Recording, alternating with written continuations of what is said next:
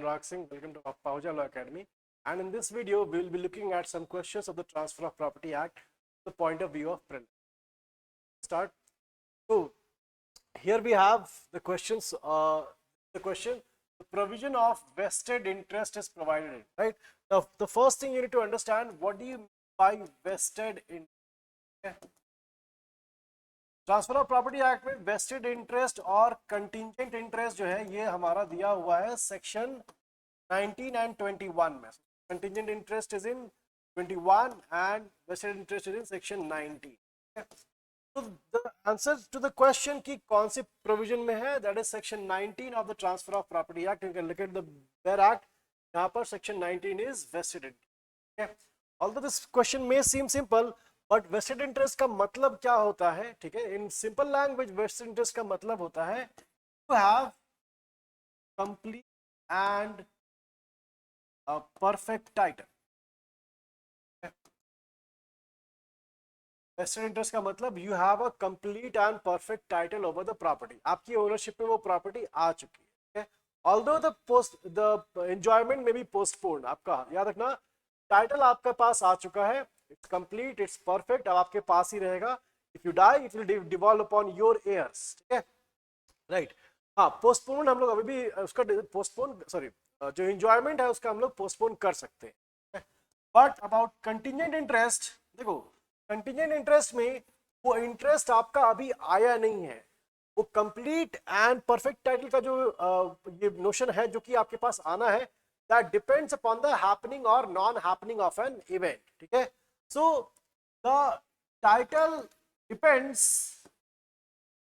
upon the happening or non-happening of the event. So याद रखना, दोनों ही में हमारे सेक्शन 19 एंड 21 में 19 में हमारा वेस्टेड इंटरेस्ट डील किया गया है और 21 में क्या डील किया गया है? Contingent. So if the vesting of the title depends upon the happening of an event, it will be deemed as contingent interest. But if it does not, वो हमारा क्या होता है? वेस्टेड इंटरेस्ट होता है. ठीक है, चलो let's go to the next question.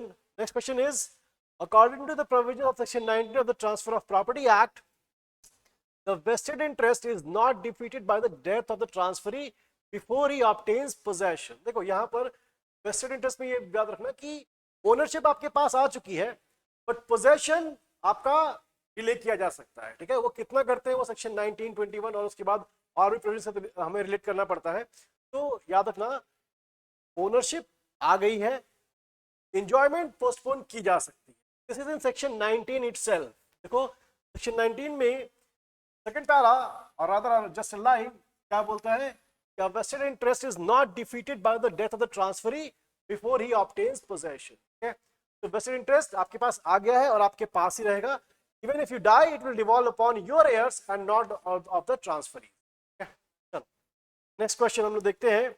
Under the provisions of TPA, the unborn person acquires vested interest on the transfer for his benefit. कब?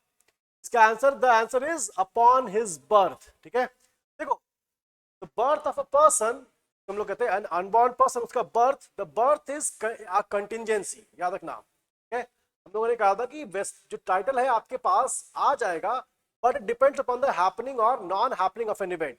So the birth of a person is a contingency. It may happen or it may not happen. ठीक है, but जब वो condition पूरी हो जाती है तो कंटिजेंट इंटरेस्ट ही आपका वेस्टेड इंटरेस्ट बन जाता है. ठीक है, सो ये चीज जो है कि कब अनबॉर्न पर्सन को वेस्टेड इंटरेस्ट कब मिलता है? Upon his birth. ये भी सेक्शन 19 एंड 21 में डील किया गया है यहाँ पर. ठीक है, देखो यहाँ पर हम लोग देखेंगे सेक्शन 21 में देखते हैं कि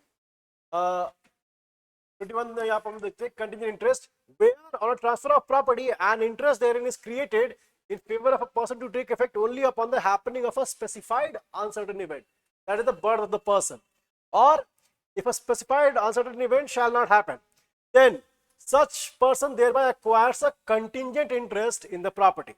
Such interest becomes a vested interest in the former case on the happening of the event.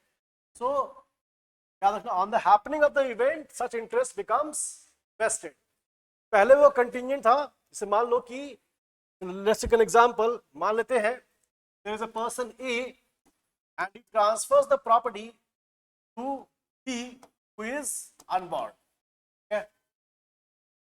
अब याद रखना वो ऐसे डायरेक्टली ट्रांसफर तो नहीं कर सकता, he has to create an intermediary. Suppose ने C को ट्रांसफर कर दिया और C से बोला है कि जब तक तुम्हारी लाइफ है, लाइफ इंटरेस्ट तुम्हारा है, and when B is born the property is going to vest in him. तो क्वेश्चन ये होता है कि B का birth is a specified uncertain event.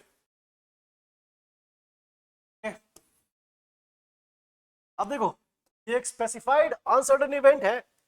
सो अभी तक जो बी का इंटरेस्ट है who is unborn, that is going to be a contingent interest because it depends upon the birth of the person. अगर उसका बर्थ हो जाएगा तो वही कंटिजेंट इंटरेस्ट जो है वो वेस्टेड इंटरेस्ट बन जाएगा. सो अभी तक क्या है, it is contingent interest but upon his birth it becomes a vested interest. Okay? So the happening of the specified uncertain event जब वो हो जाता है then contingent interest changes into vested interest. Okay? This is provided under section 21. ठीक है, ये याद रखना. चलो नेक्स्ट क्वेश्चन देखते हैं हम लोग.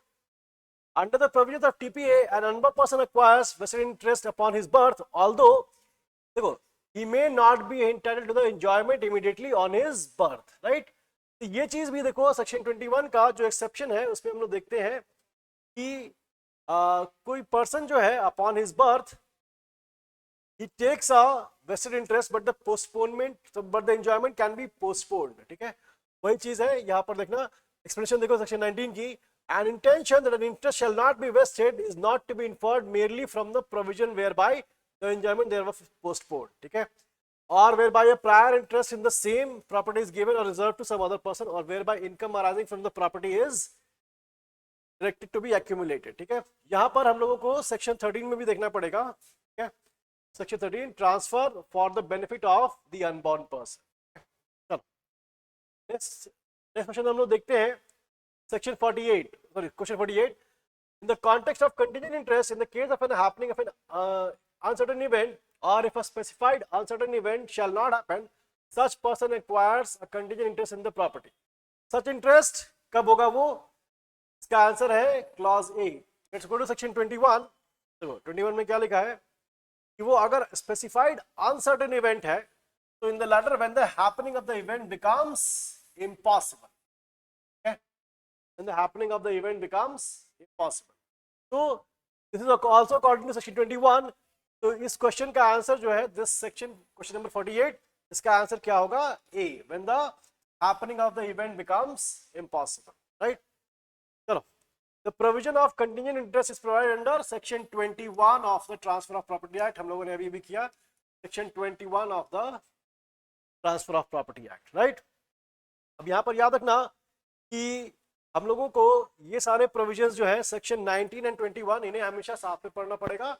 और इसके साथ ही हम लोग को सेक्शन 13, 14, 16, 15, 17 एंड और इसके साथ ही 22 भी हम लोग को पढ़ना पड़ेगा साथ में. तो vested interest and contingent interest they are very important topics in transfer of property act. और अभी अभी हम लोगों ने कुछ फिल्म से क्वेश्चन करके देखे. Thank you everyone.